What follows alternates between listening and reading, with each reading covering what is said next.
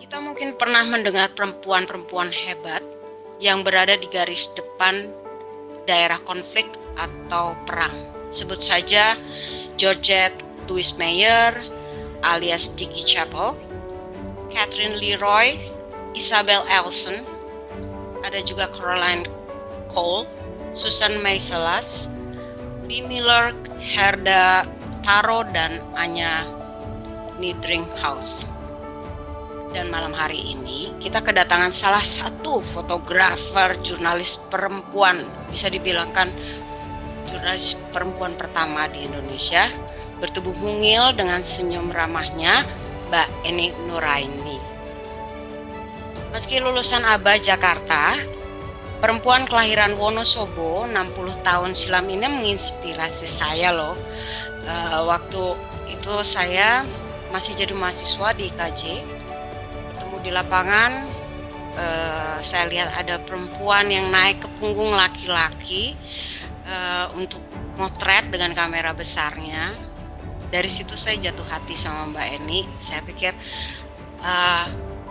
beliau bakal jadi idola saya nih.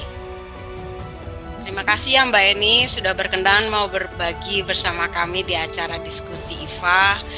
Beliau termasuk sepuh, senior, pionir, dan master buat fotografer perempuan Indonesia yang perlu dibanggakan. Selamat juga atas kelahiran cucu pertamanya, you're officially a grandma. Yang menarik ini dari Mbak Eni ini adalah sebelum beliau memutuskan untuk jadi jurnalis, beliau sebenarnya mengawali karir fotografinya itu di studio foto, yaitu Tansil Foto, selama hampir 5 tahun. Nah, tanpa berpanjang lebar, mic dan screen saya persilakan Mbak Eni. Terima kasih. Selamat malam teman-teman semua, adik-adik dan mungkin anak-anakku ya, karena kalian masih di bawah 50 dan sementara saya sudah 60 nanti bulan Desember. Jadi terima kasih sekali sudah akan mendengarkan cerita saya. Saya tidak akan bercerita membanggakan, tapi saya ingin membagi pengalaman saya selama 27 tahun saya bergabung dengan Reuters,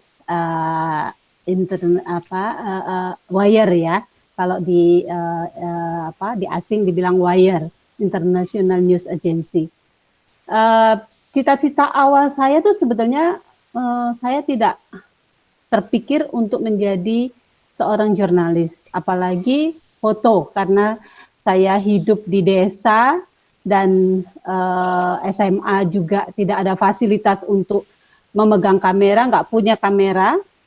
Tapi setelah saya lulus SMA, sebetulnya dulu cuma cita-cita saya kalau ditanya cita-cita kamu apa? Hanya sederhana, kepengen jadi ibu rumah tangga yang baik. Itu saja. Karena kuliah enggak, lulus cuma SMA. Jadi saya pikir nggak macam-macam, nggak neko-neko. Ya sudah, setelah saya lulus SMA, saya ke Jakarta untuk membantu kakak saya yang membuka studio foto Tansil Foto ketika itu tahun 1981. Itu di Jakarta Tansil Foto ini masih menjadi bisnis yang menjanjikan untuk kalangan fotografer dokumentasi. Kakak saya membuka dan dia memberikan servis kepada seluruh kedutaan yang ada di Jakarta, dari kedutaan Amerika sampai kedutaan Pakistan, Belanda, India, semua kedutaan dia pegang untuk memberikan servis dokumentasi.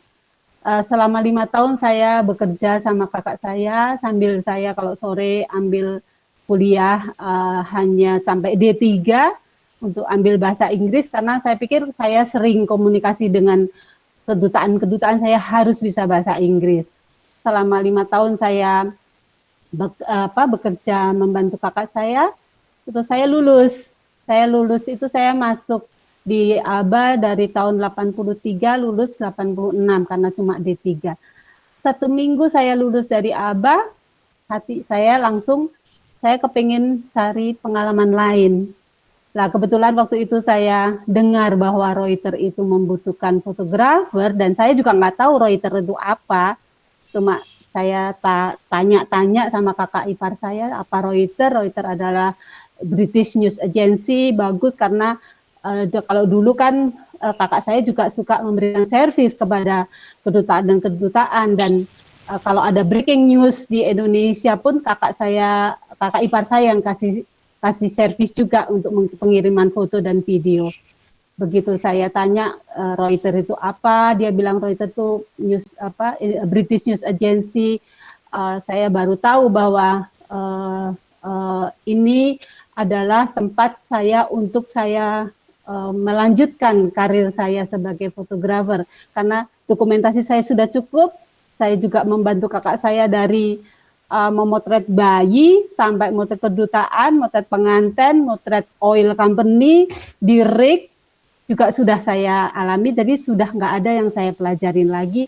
Makanya saya begitu saya mau belajar news, ternyata Reuters memerlukan fotografer. Jadi saya datang hari Minggu, saya ketemu sama bos pada waktu itu yang on duty. Saya nggak ada janji, nggak ada apa, cuma gambling aja. Saya datang ke Reuters, dia bilang, kamu mau apa ke sini? Saya mau kerja. Kamu bisa apa? Saya bisa motret, saya bilang gitu. Terus, kamu bawa kamera? Ya, saya bawa kamera. Yang saya bawa kamera kakak saya, dengan lensa yang sederhana, yang simple. Terus dia kasih kamera saya, dia kasih film ke saya waktu itu. 2 roll film, terus kamu dapat apa dengan 2 roll film? Coba pergi ke keliling Jakarta, kamu dapat apa? Saya keliling-keliling Jakarta sampai sekitar maghrib ya, baru saya masuk ke Reuters, terus saya kasih, saya bilang saya mau proses film ini. Kamu bisa cuci cetak? Bisa. Terus punya kamar gelap enggak di sini? Ada kamar gelap, tapi kecil kamar gelapnya. Saya lihat kamar gelapnya kecil dan tidak punya chemical, enggak punya peralatan apa-apa. Saya bilang, oke, tunggu, saya mau pulang dulu, saya mengambil chemical untuk memproses film yang saya foto. Saya bilang gitu. Terus udah peralatan kakak saya boyong ke Reuters, saya mulai cuci cetak, baru selesai sekitar jam 11, tapi bos Reuters sudah bilang, oke, kamu nanti hasil kamu taruh aja di meja saya, besok saya follow up. Begitu saya udah selesai cuci cetak, saya kasih ke meja bos saya itu. Terus hari Senin itu dia telepon ke rumah kakak saya mengatakan bahwa kamu kerja hari ini karena ada yang harus di follow up, bla bla. Saya bilang, saya maksudnya baru di interview, baru di tes, kok bisa langsung masuk. Padahal waktu itu dia juga ngetes 2 orang laki-laki juga. Tapi saya bilang, kenapa kamu terima saya? Dia bilang, kamu ada kelebihan, kamu bisa cuci cetak. Yang lain itu yang 2 fotonya dikirim ke toko foto. Jadi saya perlu yang bisa cuci cetak. Jadi waktu itu masih hitam putih. Ya sudah, saya mulai bekerja apa yang Reuters mau. Saya juga masih bingung apa sih foto news, dari dokumentasi ke news. Itu memang membutuhkan sekali pelajaran. Sementara saya cuma dikasih peralatan yang sederhana. Reuters hanya punya tadi itu ada kamera Olympus OM1 ini ya, yang sebelah kiri itu. Dia kasih saya Olympus 2 kamera sama lensanya, ada normal, ada fix. Itu semua fix lens. Dari 180, ada 100, ada 50 mili, ada wide, ada satu yang 300 mili. Itu hanya kalau yang 300 itu untuk motret bola. Dan semua harus bisa di Reuters. Cuci cetak harus bisa, captioning harus bisa, kirim foto waktu itu tuh masih hitam putih ya, pakai itu yang sebelah kiri, alat transmitter sebelah kiri, dan itu foto bola yang ada di drum transmitter itu namanya alat ini adalah S226. Jadi kalau ngirim foto ke Hong Kong waktu itu Reuters punya punya kantor pusatnya di Hong Kong. Jadi saya kirim ke sana sekitar bisa 15 menit 20 menit untuk ngirim satu gambar hitam putih. Nah, itu harus disambungin ke telepon baru bunyinya kayak sirine kayak ambulan wing wing wing wing wing gitu selama 20 menit baru terkirim. Nah, setelah itu setelah hitam putih ada color. Color sebelah kanan itu ada namanya Vindex. Itu alat untuk mengirim, mengedit hitam putih dan color. Di situ ada adjusting color untuk Photoshop di situ. Dan jadi harus bisa cuci cetak hitam putih kemanapun ke seluruh Indonesia di mana saya tugas, harus bisa membangun kamar gelap, harus bisa membangun cuci cetak, dan harus membawa semua peralatan yang kita perluin. Jadi nggak harus minjam sana sini, harus bisa bawa semuanya sendiri. Karena kita traveling itu harus bisa mandiri. Jadi bisa mungkin bawaannya bisa 100 overweight itu bisa 100 kilo untuk semua membawa peralatan-peralatan ini. Jadi saya pikir belajar memang dari film, dari analog ke digital, sehingga dari tahun 1998 mulai digital ada digital, jadi udah lebih mudah lagi karena kalau dulu kan harus bangun kamar gelap, saya harus keluar kota, harus kamar mandi saya jadiin kamar gelap, harus cuci cetak, begitu ada digital itu mempermudah sekali pekerjaan saya. Jadi saya pikir di Reuters itu semuanya harus bisa memotret semuanya ya, dari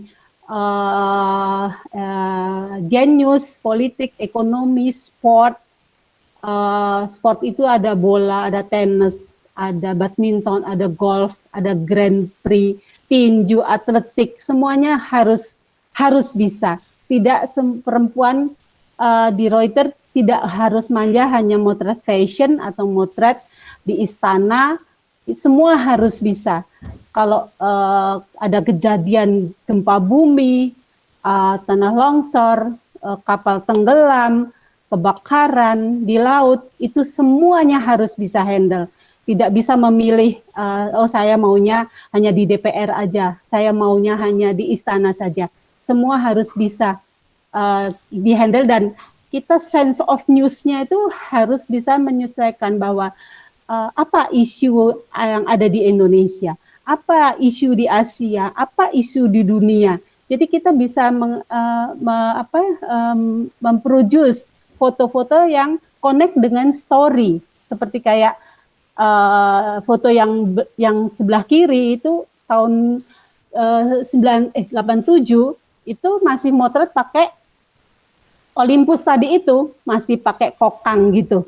Sedangkan asanya saya punya cuma asa paling tinggi hitam putih waktu itu 800 asa, harus tipus ke 3.200 asa.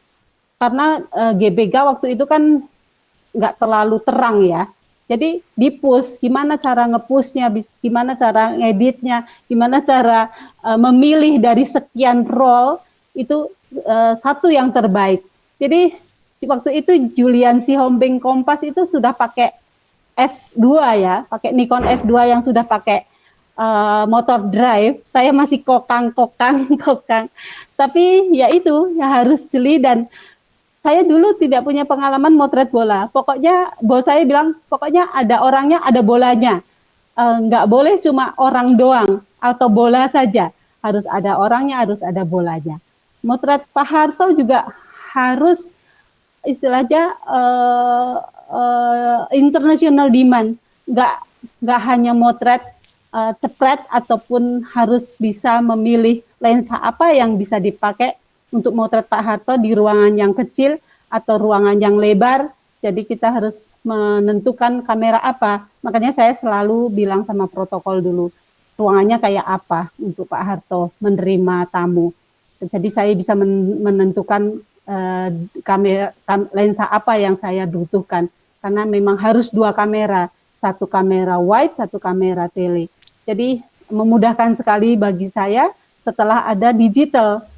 Enak sekali, saya hanya bawa laptop, ada lensanya juga sudah tersedia semuanya, pakai digital semuanya, sudah nggak usah perlu kita bermain, memikirkan, membangun kamar gelap, karena take a time banget gitu.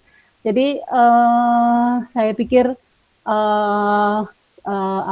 perkembangan teknologi itu memang harus diikuti terus, dan harus siap sebagai fotografer di Reuters, harus siap 24 jam seperti tentara, kayak dokter kandungan. Setiap semua orang yang semua berita yang ada di Indonesia, breaking news harus kita cepat-cepat. Nah, ini ada satu ya,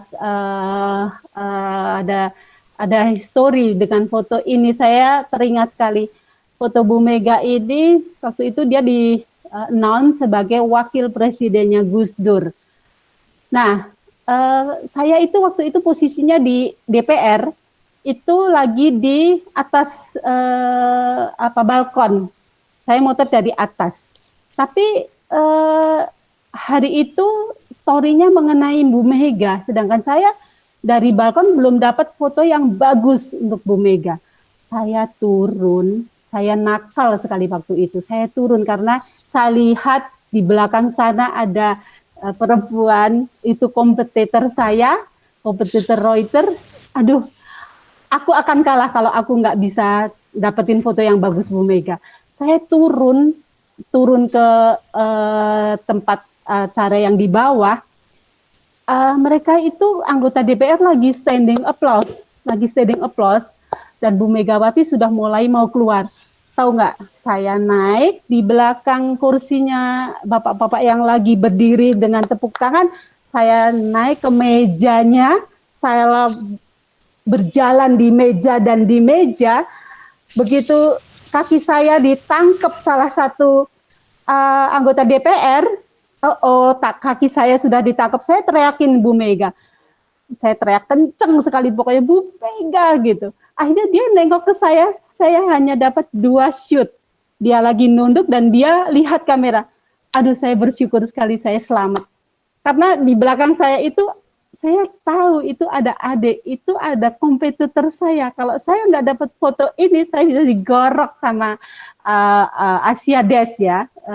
Jadi ya memang harus sedikit nakal, sedikit putar otak how to make a good picture, how to get the good picture. Jadi saya pikir memang harus ada usaha, tidak boleh hanya ya foto hanya biasa saja dengan seadanya saja, nggak dapat figur yang lagi breaking news yang nggak bisa di Reuters. Harus perfect, harus international demand, harus quality bukan quantity. Jadi kalau saya motret mungkin dalam satu roll, saya hanya harus bisa milih 1, 2, 3 sudah cukup. Sisanya nggak kepakai nggak apa-apa, tapi kita harus bisa milih. Seorang fotografer di Reuters harus bisa motret, harus bisa editing, harus bisa memilih, dan harus bisa decision maker harus sendiri. Jadi tidak boleh diedit sama bosnya, diedit sama siapapun. Harus si pemotret itu harus menentukan foto mana yang terbaik, foto mana yang akan dikirim ke Reuters, ke dunia, karena kita membawa nama diri kita sendiri. Saya mending saya nggak kirim foto daripada foto saya cuma biasa-biasa saja, karena nama saya ada di sana. Foto yang sudah saya bangun, nilai saya 9, tiba-tiba nilainya turun 7, mending saya nggak kirim foto, saya mending ambil foto anak tadi besok aja. Jadi Inilah di Reuters harus benar-benar quality dan harus memikirkan juga deadline, karena deadline di Reuters itu setiap detik, bukan bukan lagi deadline jam 5, jam 12 malam, tidak, setiap detik. Karena kita juga memikirkan deadline Indonesia sih jam 7 dapat foto nggak apa-apa, tapi kalau untuk Asia lebih awal, jam 2, jam 3 harus sudah kirim foto.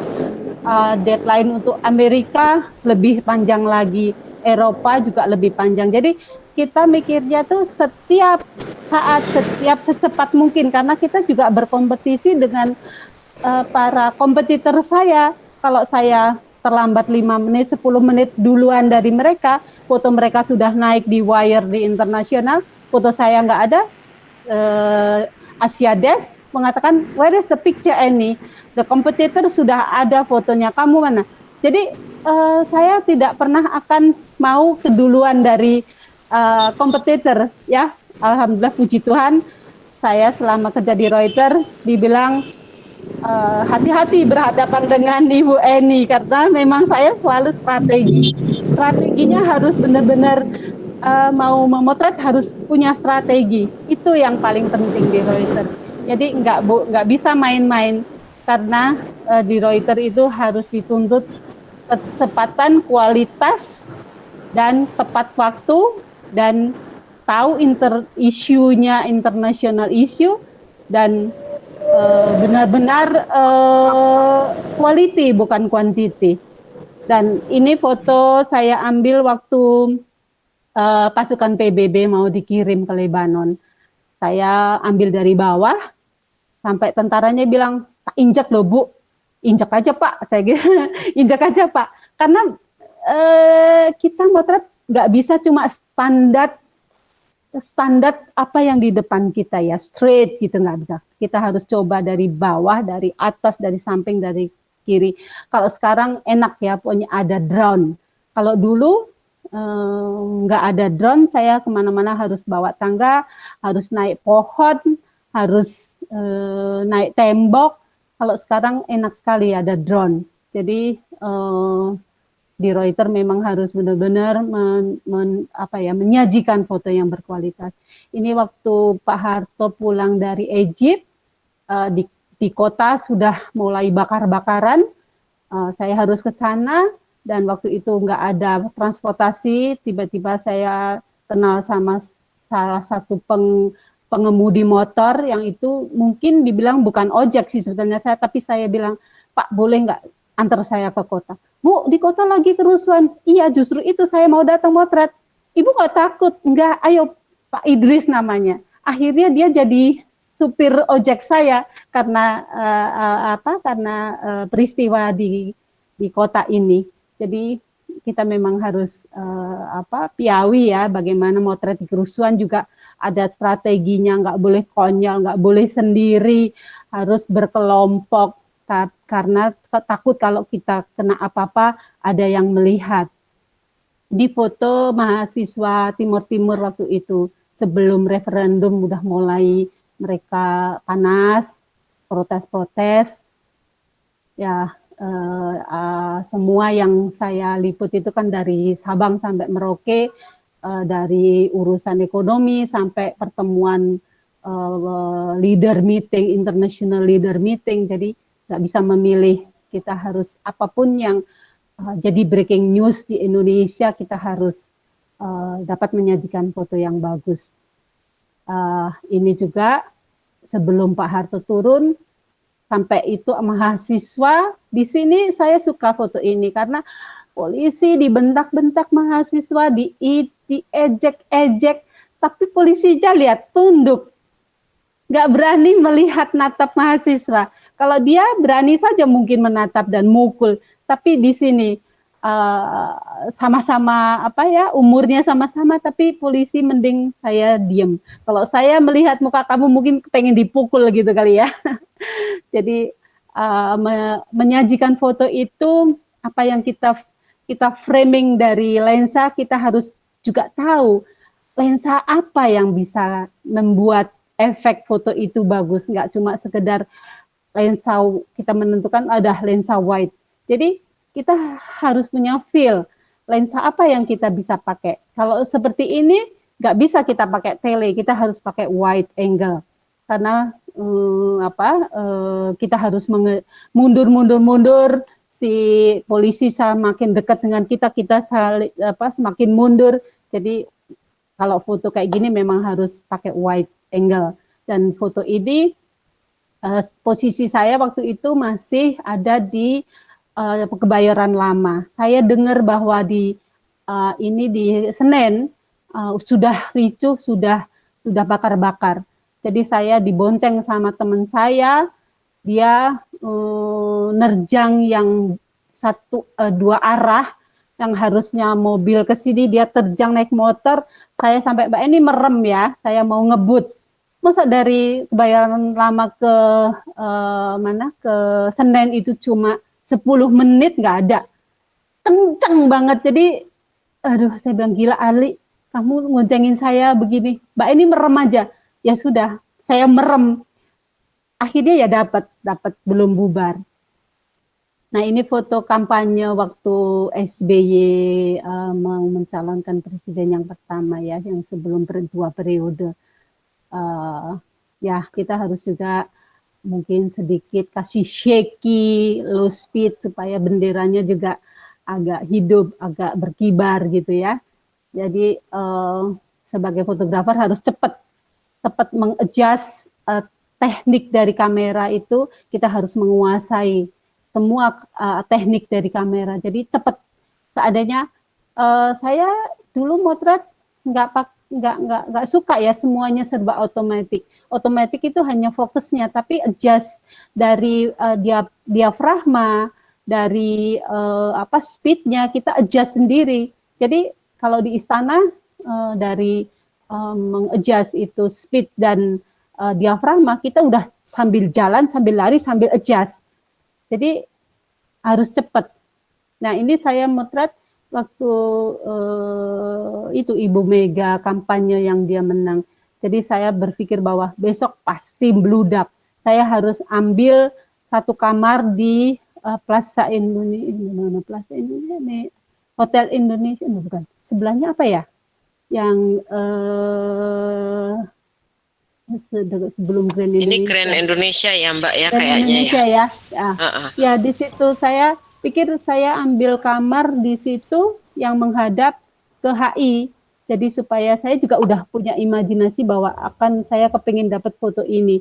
Jadi sebetulnya memang sudah apa yang akan kita dapat, kita sudah bisa menggambarkan apa yang bisa kita dapat, kayak apa foto yang kita ambil view-nya. Karena di Reuters dibilang, kalau bilang puluhan ribu, jutaan, perlihatkanlah puluhan ribu atau jutaan orang di jalan. Jadi kita harus memperlihatkan. Ini kalau saya lagi senggang, saya cuma keliling aja, kepengen bikin feature, ada story tentang komoditi, tentang pangan. Saya cuma iseng aja, kalau lagi nggak ada breaking news, saya pergi ke tempat penanaman padi, cari foto hanya untuk nggak cuma sekedar pile of rice di Bulog ya, membosankan sekali. Jadi kita harus pergi ke sawah untuk supaya kita matanya juga nggak memandang foto yang cuma begitu-gitu terus ya, untuk bisa untuk mengiringi story yang ada ketahanan pangan. Dan ini juga seperti kayak gempa bumi, anak-anak lagi cari makanan, selain kerusakan kita juga harus bisa menyajikan di samping kerusakan gempa bumi apa yang dialami masyarakat di sana, atau apa mereka perlu makan, atau pemerintah sudah melakukan apa, atau mungkin masyarakat sana dari gereja atau dari masjid atau dari wihara membantu mereka. Jadi kita juga bisa menyajikan, oh masih ada yang hidup, nggak cuma kerusakan dan mayat-mayat yang kita sajikan. Jadi kita harus peka juga ya, dengan kehidupan manusia ini yang masih hidup. Ini juga di pengungsian Aceh waktu habis tsunami. Saya juga nggak mau menyajikan hanya kerusakan-kerusakan, sementara di sana ada foto yang indah. Memang saya kalau motret nggak akan berhenti begitu aja. Saya sebelum dapat puas foto memuaskan hati saya masih keliling, masih muter. Karena 5 detik di sini, pindah lagi sana, pindah lagi sini, udah beda lagi fotonya. Jadi mata kita juga harus kita asah. Ini anak-anak yang lagi menunggu ampau di petak 9, ya. Jadi nggak cuma bakar-bakaran aja, oh di sana ada anak-anak yang lagi nunggu ampau. Jadi keindahan itu juga perlu kita sajikan. Jadi the next ini gempa bumi di mana Padang. Begitu saya datang sampai udah malam, sudah nggak ada saya motret di lapangan. Saya sambil cari masang-masang peralatan set phone segala, saya harus sambil kirim foto, ya kirim apa yang saya lihat di tempat pengungsian itu, saya harus menyajikan cepat-cepat ngirim foto karena begitu datang di tempat lokasi tempat gempa, apapun bisa jadi foto. Jadi saya ambil dulu anak-anak lagi tidur.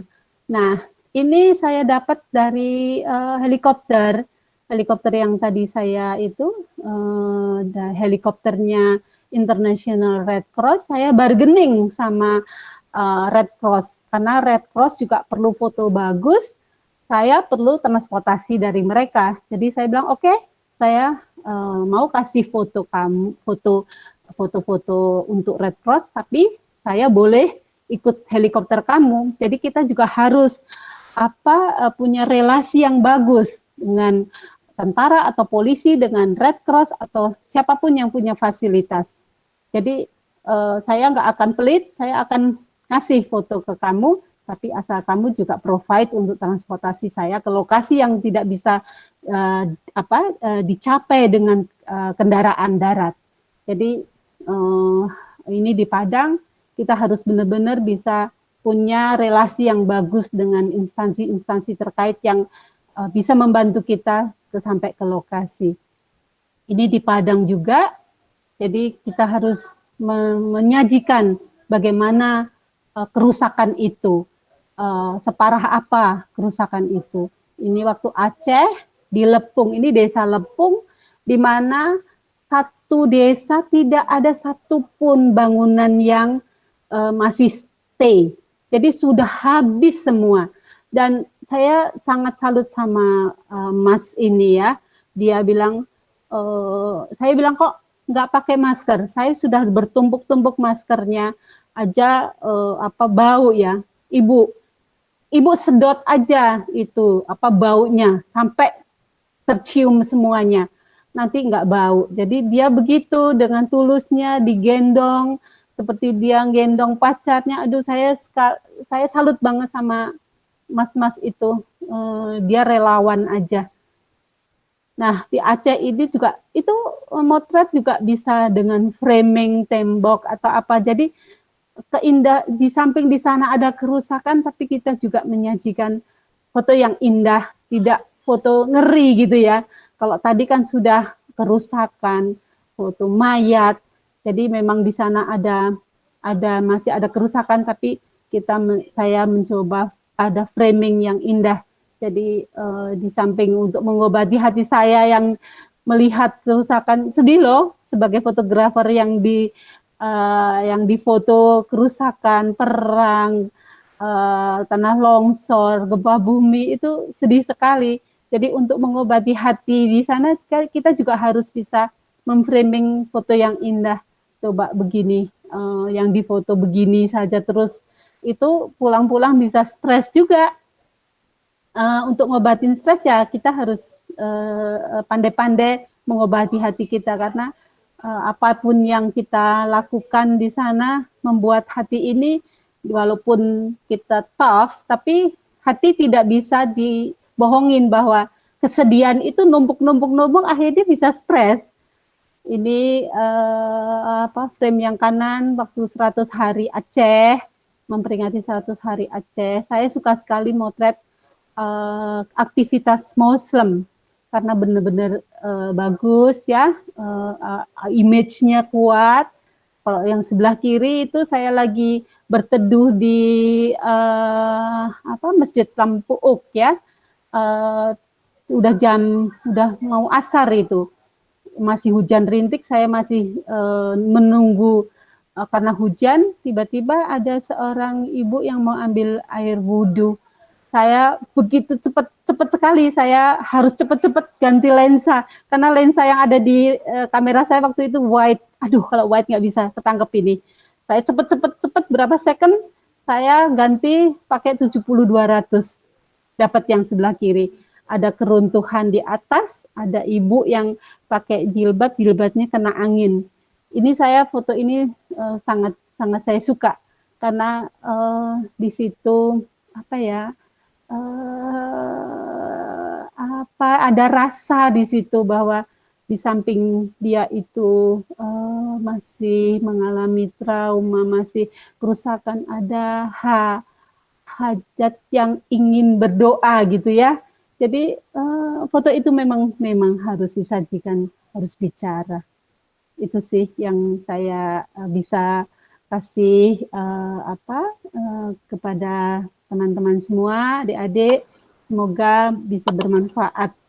Terima kasih.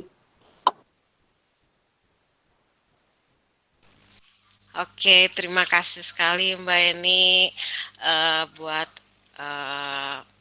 sharing sama kita.